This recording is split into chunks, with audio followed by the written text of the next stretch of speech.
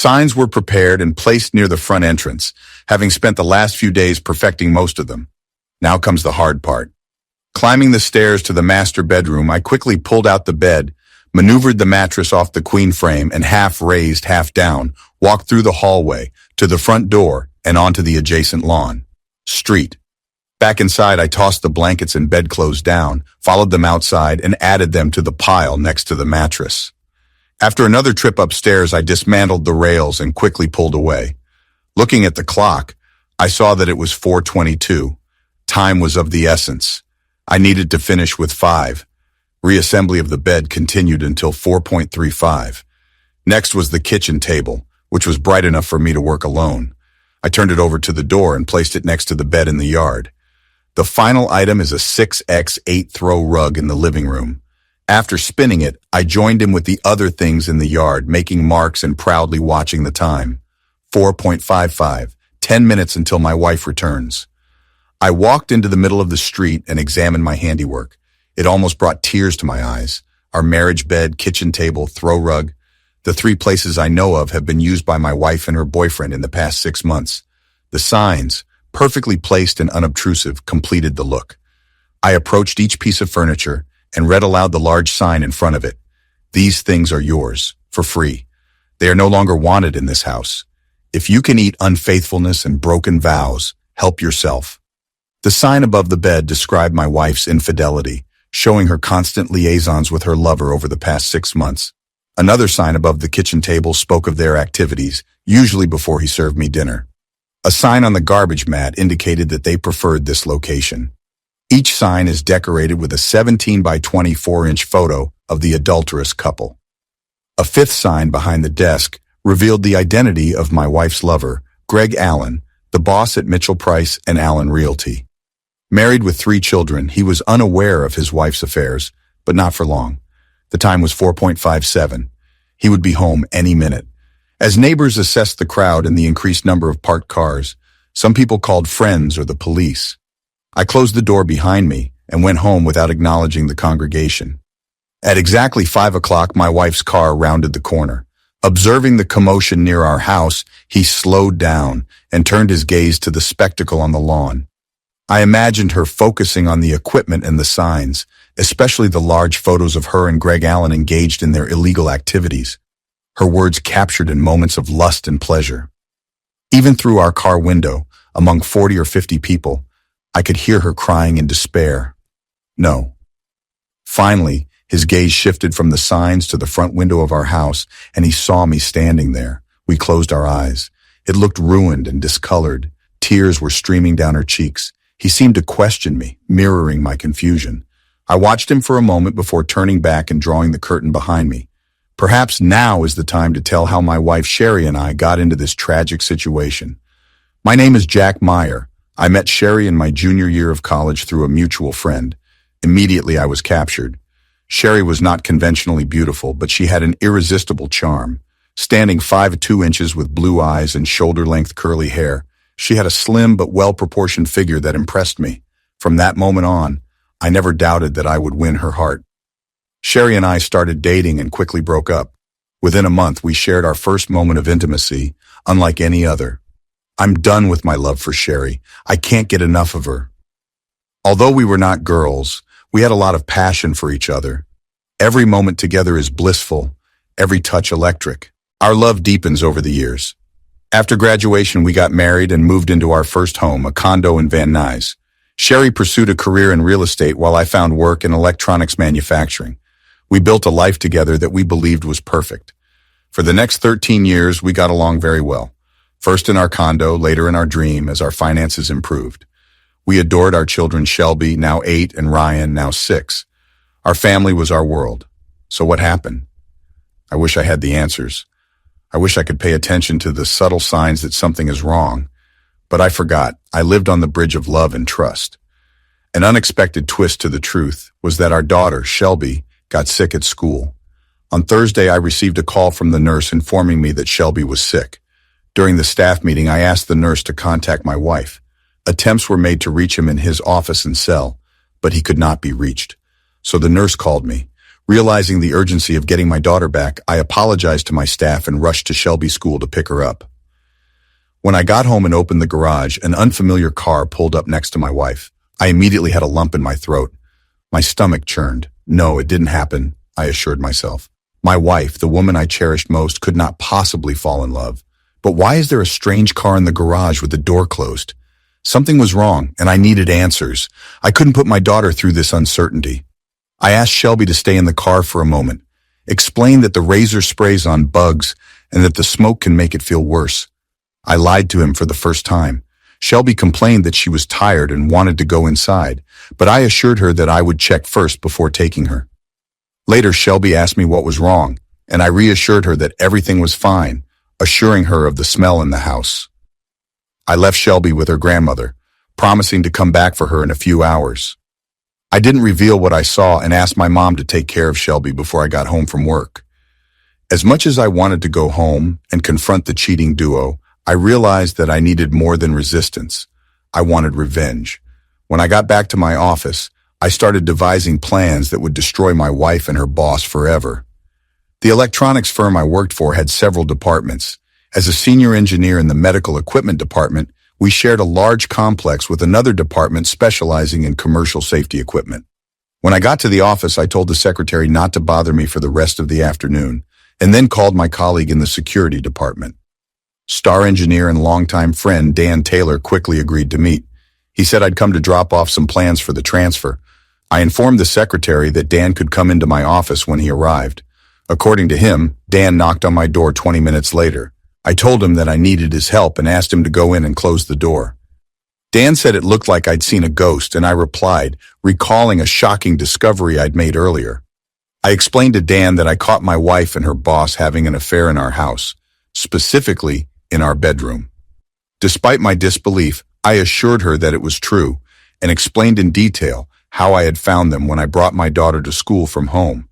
I refrained from meeting them for now. Putting my daughter's welfare first and waiting for her in the car, I quietly left and took her to my mother's house. Dan shared his condolences and asked about my plans going forward. I acknowledged the uncertainty but emphasized the need for evidence, noting that I wanted to collect audio and video recordings of their meetings.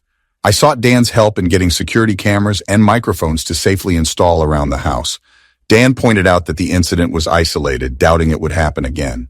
However, I declined this opportunity due to regular conversations between my wife and her boss over the past 6 months.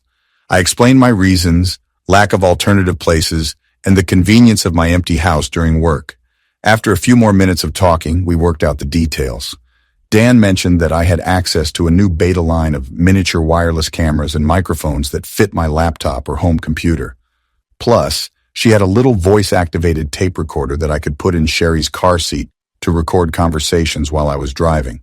It would only record his side of the conversation, but it was better than nothing.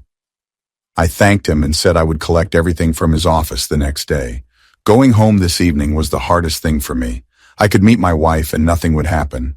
I did Sherry's best job of convincing me that I wasn't feeling well, which was true.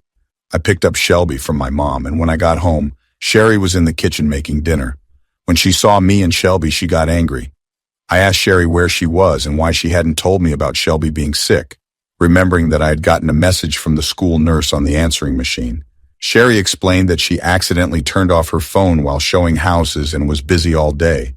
I wondered if he was busy with his boss instead of visiting my daughter. Despite this, Sherry hugged Shelby and apologized before helping her to sleep. I realized that despite her flaws, my wife loved our children, and I was interfering with her happiness. Sherry then returned to the kitchen to prepare dinner for Shelby and finish dinner for the others. Feeling bad about myself, I informed Sherry that I would sleep in the guest room at night just in case it got contagious. He said I was pale and looking pale. Quietly, I recognized the irony of feeling bad when I discovered my wife's affair. Without answering, I headed upstairs. At first, I was afraid to enter the master class, but I needed my clothes, toothbrush, and work clothes for the next day, so I entered the room. The window was open and the smell of love wafted in. The bed is beautifully made. It must have changed the sheets. It hurt me to look at it.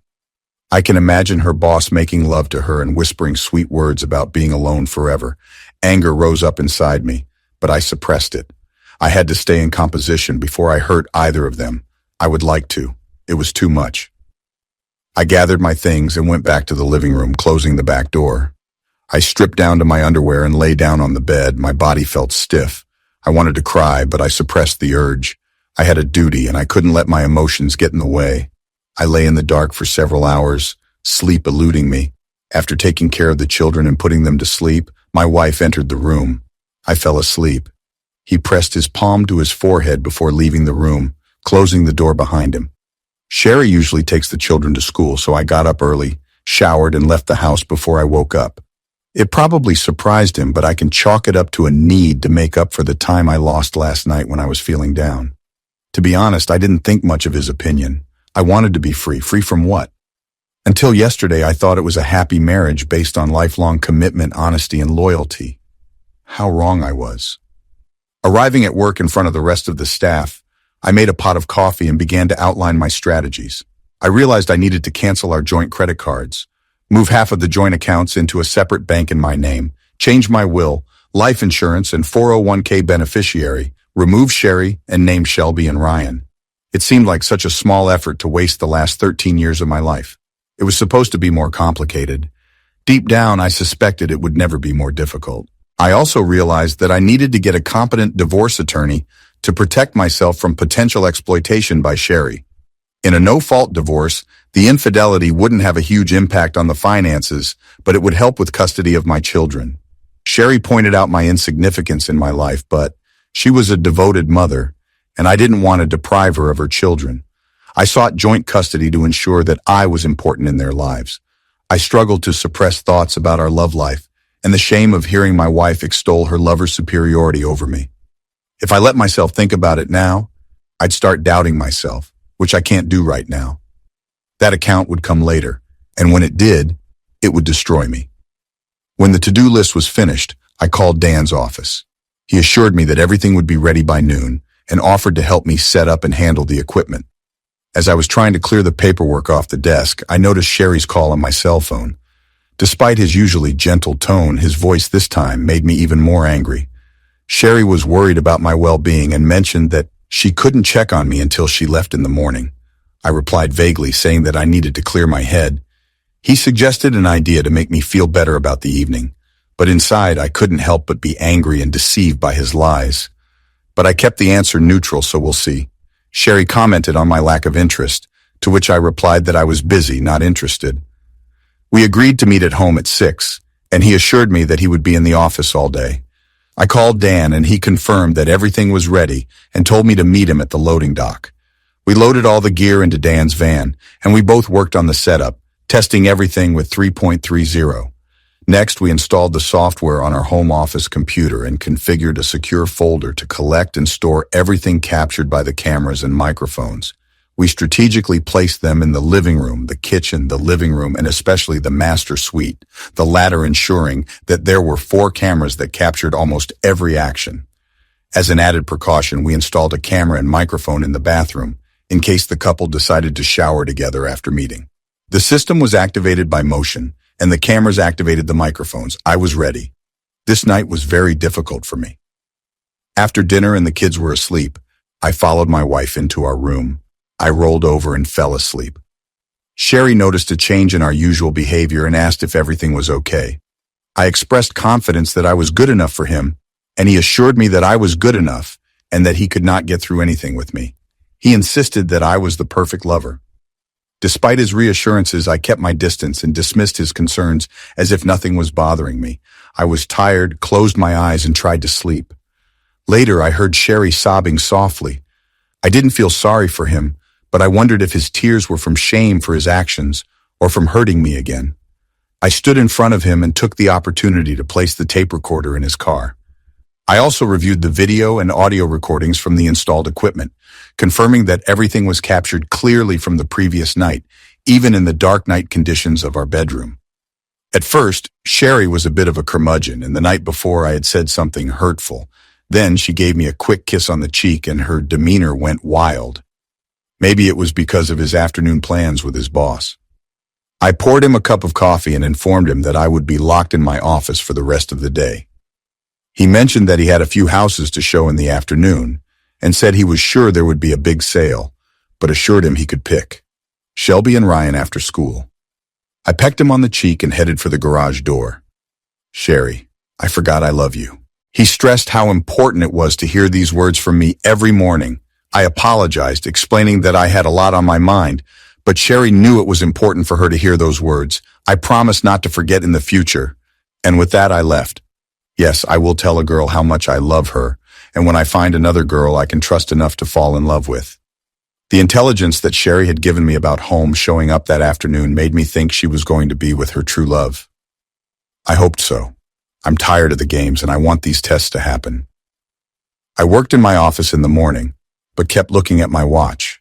Finally, in the afternoon, I told the secretary that I would take a few hours and put my plan into motion. I took the company van and stopped by my house, waiting to see what would happen. Around 1 o'clock, I saw Sherry's car pull up, open the garage door, and park in the usual spot. When he entered the house without closing the garage, I knew he was leaving again or waiting for someone. 10 minutes later, I realized that he was waiting for someone with the same car from the day I pulled into the garage, took my place. He was in my wife's life. I saw him get out of the car and close the garage door. I had to give it to them. They had the nerve to meet at my house, on my bed, and do their work. This proved that they thought they would not be caught or cared for. They will soon learn that they were wrong. They were caught. And I'm sure both of them cared about my wife's infidelity with the last proof. And soon I finally let go of my tears, knowing that I had all the visual evidence I needed of their work. For 13 years, I made sure that my beloved wife would never cheat on me. With tears came doubts. Has he ever been in better love? Maybe it looked better, but none of us stood out. Why risk our marriage? I wanted to confront them, but why? What would he achieve? I would catch them, but I only did it once. Would I feel better meeting her boyfriend? Yes, but I would go to jail. Neither of them deserved it at this point. My only concern was how it would affect my children and his children because I was ready to face him. To 2:30 they must have finished because the garage door opened and he left 15 minutes later. My wife did the same, closing the garage door behind her. I knew she would be home with the kids at 3:30, so I quickly parked in the garage and headed to my home office. I didn't want to watch all the videos. The evidence was saved on my hard drive. After 10 minutes, I was fed up. It wasn't an exact replica of their previous encounter, but it was clear. They started by making love at the kitchen table where I was eating. How many times they joked, wondering if I would realize that I often ate with him in the same place. Then they moved into our room, but not before her boyfriend suggested using my daughter's room for a change of scenery. My wife adamantly refused, saying that children's rooms have limited appeal. At least he seems to have some principles, not about me. In the bedroom, they continued their activities. I noticed that neither of them expressed their love, but my wife continued to praise her boss as her best lover. However, I couldn't understand why they then switched to a throw rug with a living room fireplace, which they did again after they finished. I found it odd that she didn't bother to change the sheets, assuming she would do the same when she got back with the kids at 3:30. This gave him plenty of time to get into the room and remove the evidence. I barely got home before 6 and stored the necessary evidence on my hard drive. I shut down the system and left the house without bothering to check the mess on the marriage bed. I've seen enough. And though my heart was hard for my wife, I still felt pain. And soon the pain was replaced by anger and hatred. I might even have smiled, knowing hell over their deluded heads. When I got back to work, I briefed Dan on everything. Like me, he couldn't understand how a loving woman like Sherry could do what was now so obvious. Not only did he break our sacred vows, he also tried to humiliate me in front of his lover, always trying to assert his superiority. All these thoughts plunged my soul into deep anguish and despair, which I knew must arise in order to fulfill my duty to destroy them both. I needed to find a good divorce attorney, and Dan suggested I contact a used corporate law firm for recommendations. I spoke with a corporate lawyer there who gave me 3 names of divorce attorneys who are known for protecting husbands' rights. The first retired and was not taking any new clients, and the second agreed to meet me the next day at 3 p.m. Once that was resolved, I decided to cancel the credit cards, change the beneficiaries, and transfer the money the next morning. When she got home that night, Sherry was in the kitchen making dinner while the kids did their homework at home. She looked gorgeous in yellow sunnies. For a moment, I thought my heart was going to break again. He was smiling and seemed very happy, which I assumed was his usual afternoon mood. He greeted me and asked about my day, noting that it was good because of the sale. I replied with mild curiosity, knowing the reason for his happiness. I asked if there was anything else notable that day, or if I had met any interesting people, and he denied it, saying that he was focused on getting back to his family. Despite his reassurance, I couldn't shake the suspicion of his actions as I headed upstairs to change.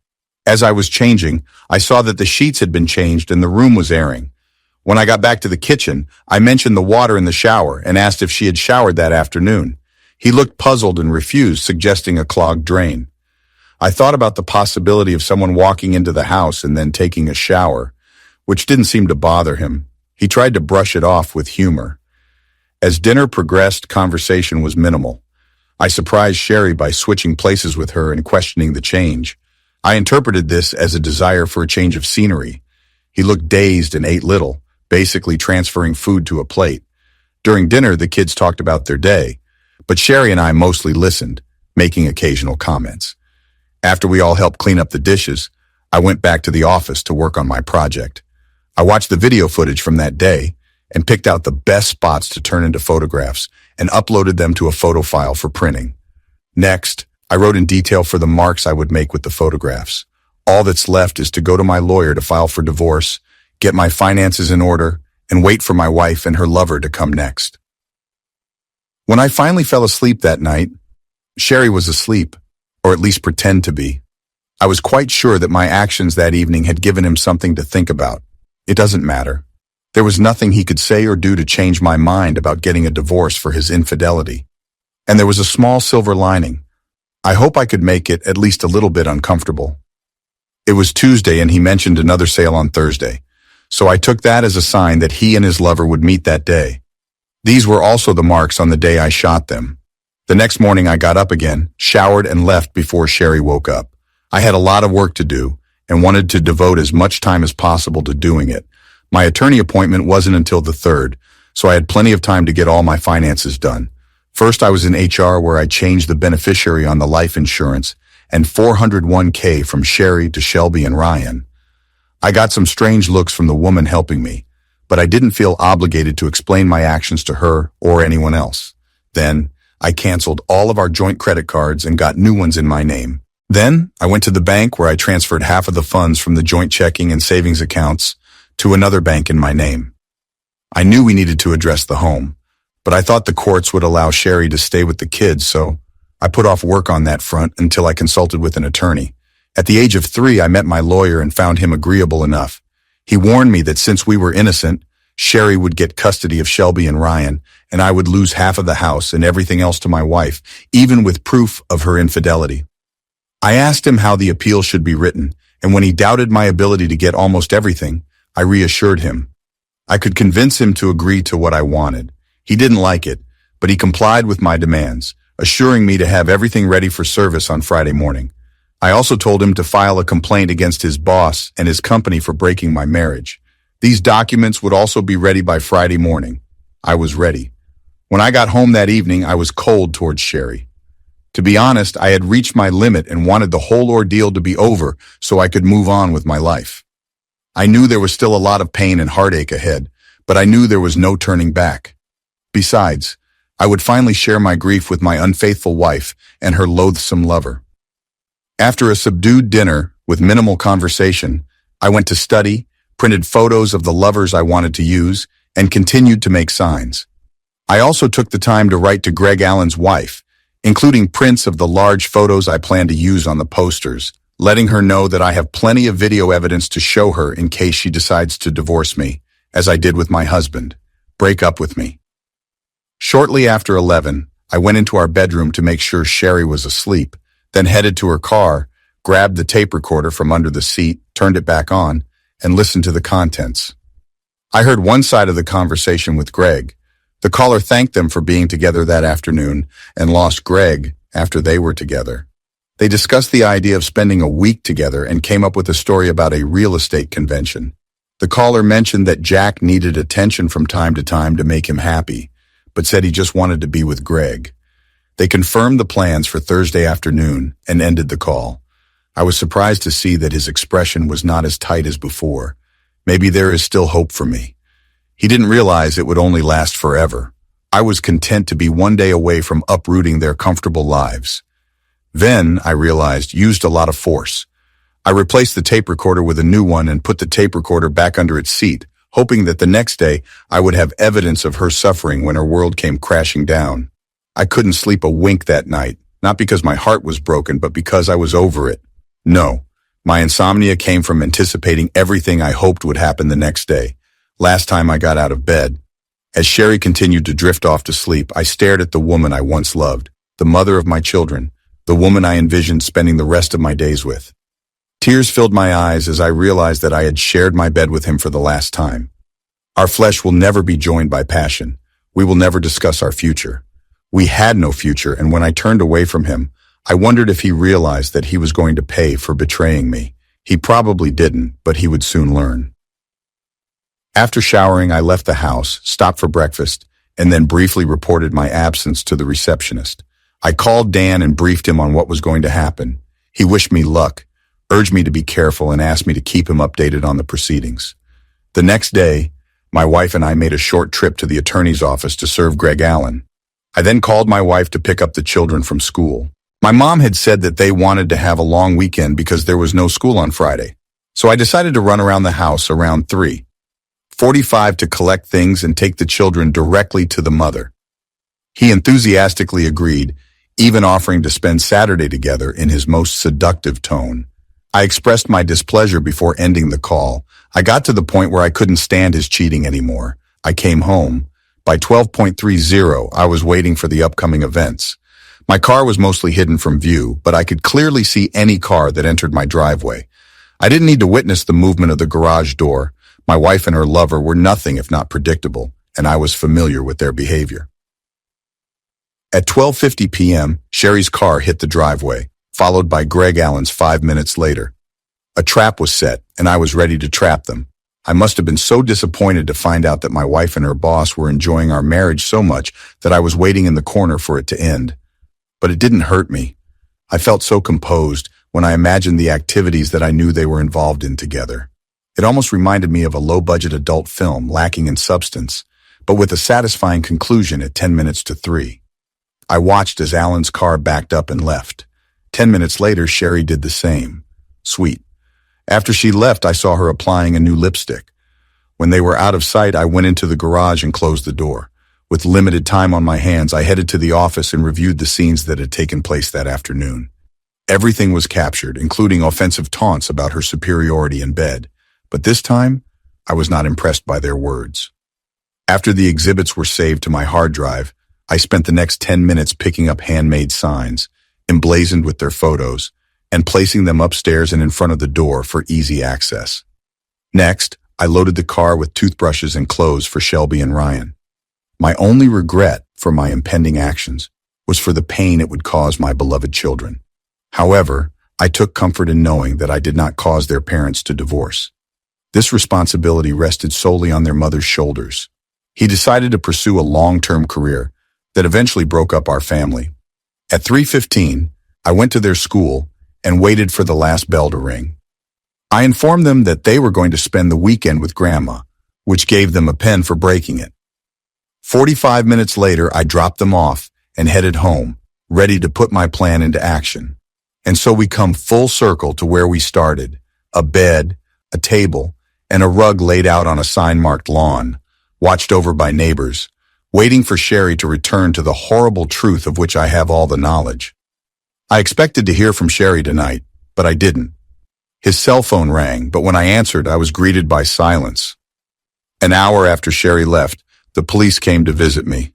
Upon understanding, they ordered the removal of the signs and photos to avoid disturbing the peace and public indecency. I added, they had achieved their goal, my wife saw, and before I turned around, I knew her life was beginning to descend into chaos. That evening, I drowned my sorrows in the Maker's Mark and entered the midst of the alcoholic. Friday morning, I was met with a lot of excitement, but I felt strong nonetheless. Although sad and lonely, I found strength in knowing that I had subdued my anger to take revenge on my unfaithful wife and her lover. At noon, I looked out the front window and saw that the carpet, kitchen table, and bed were gone, leaving only the mattress and stained sheets. I would delete them later. The morning passed uneventfully, but by 3 in the afternoon, chaos began. I knew that Greg Adams' wife had received the letter and photos, and my attorney informed me that Sherry and Greg Adams, along with their partners, were served at their workplace. He told how Sherry was crying during the service. Greg Adams ignored her and made threats against me. His partners retreated behind closed doors for 15 minutes to present Sherry with a final check and inform Greg that their partnership was terminated. When he informed them that he was refusing the sale, they cited the moral clauses of the corporate rules regarding fraternity of love with employees. This behavior forced them to cut off all contact with their owner. Meanwhile, the receptionist at the front desk reported that his wife was on the phone and asked to speak to him urgently. She took the letter and photos she sent me and informed her that she didn't want to come home and file for divorce the next day. Later, I was told by one of the agency's husbands that after Adams was escorted out of the building, everyone turned away from my soon-to-be wife. He was on the floor for about 30 minutes. He couldn't stand it. Finally, he gathered himself to leave, but no one knew where he was. The next day, Sherry finally called me. He asked about the children and if they knew about the situation. I assured her that it was safe at my mother's place and that she would not hear the details from me. He thanked me for my request and asked me to bring some things. I agreed and suggested that I leave for a few hours. He asked me to stay and talk, but I refused. He asked for my understanding and said he was sorry and never meant to hurt me. I laughed at her apology, asking how she could claim to be innocent by comparing him to me when she expressed her love and longing for her lover.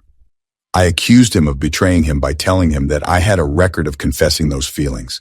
Despite his denials, I asked him to go on the record and nothing he said changed my opinion of him. She told me that she always loved me and that she loved me, telling Greg that she didn't understand why. He explained that he did this to spite his wife. I asked her for an explanation, and she told me that she broke me and made love with her for 6 months. He said he never meant to hurt me and didn't mean any of it. When I pressed her for an explanation, she felt that she was dirty with Greg and that she had to be dirty with him, setting it apart from what she was with me, whom she considered loving and clean. I didn't believe what he was doing and called him sick, admitting that I didn't see my own stupidity sooner. He asked for a chance to make amends by saying that he only loves me and that he is mine. He asked for forgiveness and offered to come to me as soon as possible, not to leave me. I told Sherry that I didn't love her anymore and that she was the one who dumped me. I condemned her actions with Greg over the past 6 months. Her behavior proved that she didn't love me. I hated him and looked forward to seeing him out of my life. After working with Greg, I rejected the possibility of reconciliation by expressing my hatred towards him. I emphasized that future interactions will be for our children only. I explained that while I wanted to spare our children suffering, I did not intend to spare him any consequences for his actions. I wanted her and Greg to go through the same pain as his wife. When I asked why I should tell Greg's wife about their actions, I said that what Greg and I did was unfair to me and our children. I justified to Greg's wife the destruction of my family, the betrayal of our marriage vows, and Greg's wife's need to know the truth. Sherry said she didn't want a divorce and wanted to fight for our marriage. I replied that there was nothing left to fight for and I would die before I married her. I accused him of cheating and being out of his mind. He encouraged me to read the divorce papers he served with me and told me that if I agreed to joint custody of our children, I could stay at home and receive half of our assets. However, he threatened to share videos of his work if I did not agree to his terms. When I doubted his willingness to face the threat, he told me that he did it out of hatred for me. He asked me to sign the divorce papers, but I was firm in my decision. In the end, he asked me to sign the papers, but I agreed to sign them instead. After hooking up with him, Sherry signed divorce papers and the divorce was finalized within 6 months. Now she lives with Shelby and Ryan in our old house, and I live in a condo next door. Despite the divorce, we stayed in the same school district to minimize disruption for the children who were still feeling the pain of the divorce. Shelby admitted that their mother had recognized her mistake and that she couldn't handle our marriage, but we assured the children that we will always be there for them. As for what Sherry told her parents and sister about the divorce, I'm not sure, but they still keep in touch with me, which means she doesn't blame me. Neither Sherry nor I accepted my mother's divorce as a thing of the past. The last time I had an unforgettable interview, I had the opportunity to retrieve the audio from Sherry's car. He called Greg and thanked him for being together, was concerned about my doubts, and offered to temporarily suspend his work. When he got home, he found signs and photos of my infidelity, which caused him to panic and realize the consequences. She called Greg, told me I knew about their work, and cried. It's been over a year since I've been through these tough times, and I'm slowly starting to piece things back together. I'm still dating, and probably will be for a while. The idea of letting go of my past keeps me from diving into another serious relationship. Shelby recalled that her mother visited her one day, but came home in tears and, as far as she knew, hadn't seen her since. Sherry got a job as a receptionist at a retirement village and put her real estate career on hold for now. I never knew he was in contact with Greg Allen, and frankly, I don't care. Greg Allen and his wife are divorced, and he is struggling to find work. Even though I didn't share the videos of their intimate encounters with anyone, Sherry knew that I had no sympathy for Greg. Many businesses seem afraid of hiring someone with a reputation for cheating married women and breaking up marriages. Although I blurred Sherry's face in the videos, I kept all the audio. I recently heard that Greg's ex-wife is dating a nice police officer, and she seems serious. Good for him. Regarding Greg's former employer, in order to avoid negative publicity, they offered me a generous settlement to avoid a lawsuit. I accepted. I think this section is currently closed. All I care about is my children and their future. Maybe one day, my future will dominate too.